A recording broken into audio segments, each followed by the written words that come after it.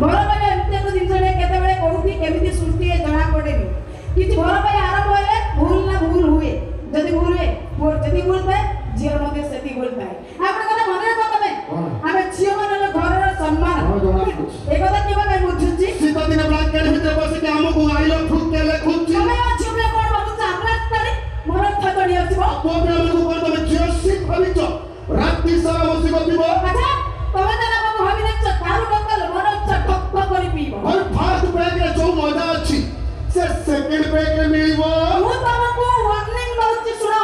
ଶୁଣ ତମେ ଜମା ବି ଭାବନି ଝିଅ ପିଲାକୁ ରୋକ ମନ ଇଚ୍ଛା କରେଇବ। ତମେ ବି ଶୁଣ ଆମ ପୁଅ ପିଲାମାନଙ୍କୁ ତମେ ୟୁଜ୍ ହବନି ଗୁଚ୍ଛା ଗୁଚ୍ଛା କିଣି ଆଣିବ। ଶୁଣ ସବୁ ପରେ ଆମେ ପୁରୁଷ ତମଠୁ ଆମେ ସରସ।